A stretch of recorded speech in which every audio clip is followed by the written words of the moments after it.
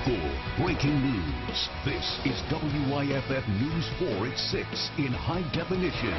And we do have breaking news out of Simpsonville tonight. Aloft is in the process of filing for bankruptcy. The Hot Air Balloon Festival made the announcement about an hour ago. Officials tell us the reason is due to lack of attendance. Financial problems have been plaguing the festival for years. The festival still owes the city tens of thousands of dollars in back rent from 2013, as well as $30,000 for this past Memorial Day weekend festival. The city of Simpsonville is considering filing a lawsuit for the money it's owed. The board of directors president says the festival has not paid its vendors. We will have more on this story tonight at 11 and, of course, on WYFF4.com. Taking a look at weather now, thunderstorms are passing through our area. News 4 meteorologist Chris Justice joins us. And Chris, where are the storms right now? Right now I'm concerned about Oconee and Pickens County. That's where the strongest of the storms are right now. Greenville continues to be dry. Downtown Greenville seeing the storms kind of skirt around it, but not necessarily moving through downtown Greenville. Over toward the border of Pickens and Oconee County, even Anderson County seeing some fairly heavy rainfall right now, especially over downtown Clemson. Let me get you into this storm. Rainfall rates here at about 2 inches per hour right around Perimeter Road. This storm has not moved in the past 20 minutes down toward Old Cherry Road, and we're seeing these storms continue as our beam goes across the area right now. You go up toward the north, seeing some heavier showers just west of Liberty Highway right there, seeing some heavy rain as our beam goes across, giving you the latest information as these storms roll on through. You also go up toward northern Oconee County near Jocassee, seeing some heavier showers as they continue to chug up toward the north. This is not it. We're still tracking some scattered storms back toward northeast Georgia, back toward Gainesville and Atlanta. They'll continue to chug into our area, and one of the first places to see them will be downtown Anderson. 77 degrees by 7 o'clock. By 9 o'clock, still dealing with some scattered storms. I'll have that full breakdown on the forecast for you coming up in just a few minutes. All right, Chris, thank you very much. Some Greenville neighbors are cleaning up from one storm and gearing up for another.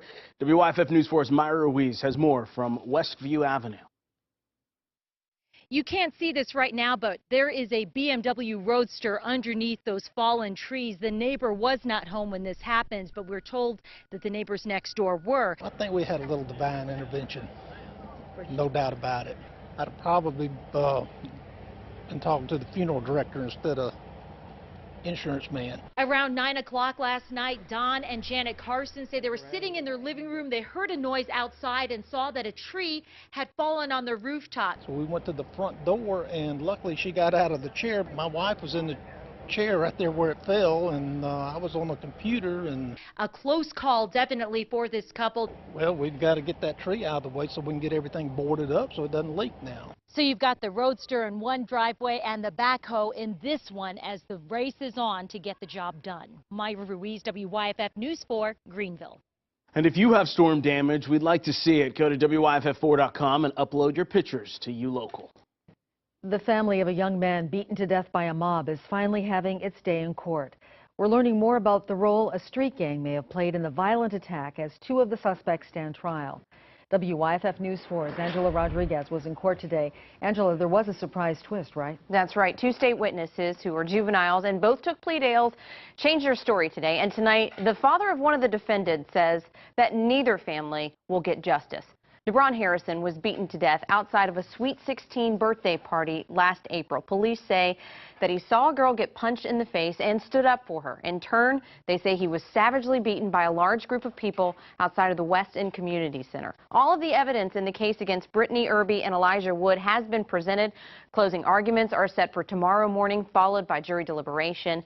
And the Harrison family believes that Greenville deserves to know more about local gangs, the gangs they blame for their son's death. They say none of the suspects have shown any remorse. To come in here and listen to juveniles who say that they don't even know him, they don't know why they done it, it's hurting.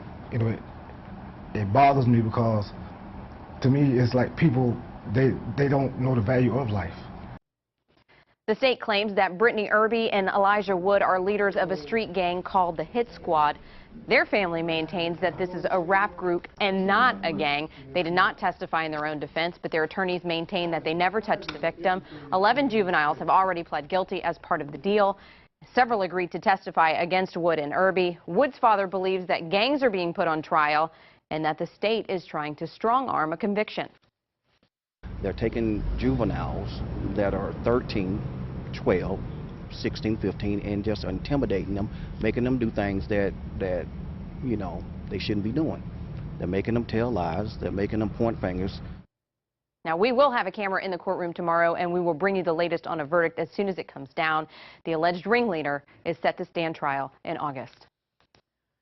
Angela, thank you. Union County Sheriff says a man tried to lead his miniature pony home by using the bumper of his truck. Deputies say the animal suffered, quote, devastating injuries. WYFF News 4's Mike McCormick is live and local at the Sheriff's Office. Mike, what did you find out? The detectives tell us the man admitted to using his bumper to pull his pony in the past, but said in those cases it did not get hurt.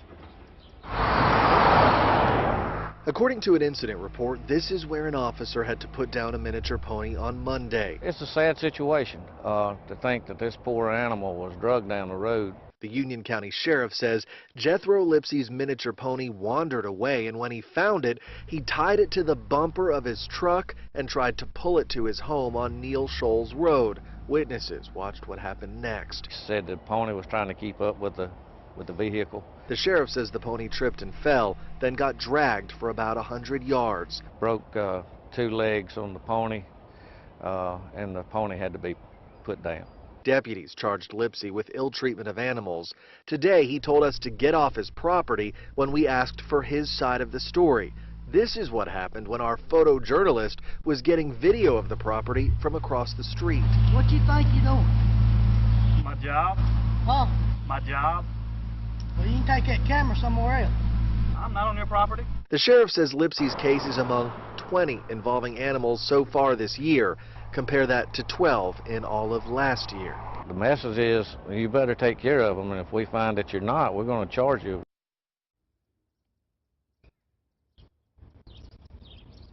One of Lipsey's neighbors told us she's seen one of his ponies pulling a cart with people in it down that exact same road in the past. Mike McCormick, WYFF News 4, live tonight in Union. Mike, thank you. Commitment 2014 tonight, Senator Lindsey Graham's landslide victory in yesterday's South Carolina primary. How did he win by such a huge margin against 6 determined Republican challengers? WYFF News 4's Tim Waller has been looking at voting trends across the state. Carol, of course, the headline last night were those impressive statewide numbers when Lindsey Graham secured 56% of the vote over his top 3 competitors who didn't even come close to that.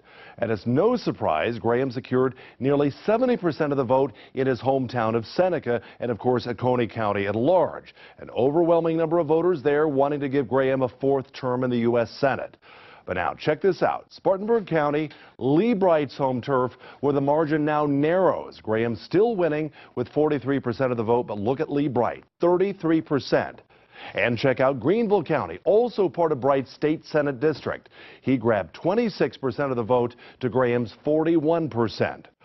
Graham, of course, has spent the last several months warding off attacks from Republican challengers and did so successfully, according to political analyst Chip Felkel. He really undercut a lot of the criticisms that his opponents were making on him.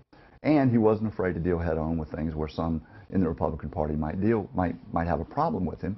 He dealt with that one-on-one in stump meetings and in speeches. And it's on to the general election from here. Graham, of course, will face Democratic State Senator Brad Hutto on November 4th. Carol? Thank you, Tim. Some races will have runoffs. Here's the breakdown by state. North Carolina's runoff will be on July 15th. Georgia's is on July 22nd, and South Carolina's primary runoff will be on June 24th. The races for that runoff will be for Superintendent of Education. Sheila Gallagher faces Tom Thompson on the Democratic side, and Sally Atwater will face Molly Spearman during the Republican runoff. The other runoff is for the Lieutenant Governor's race. Henry McMaster is in that runoff, but we're still waiting to see who he will face.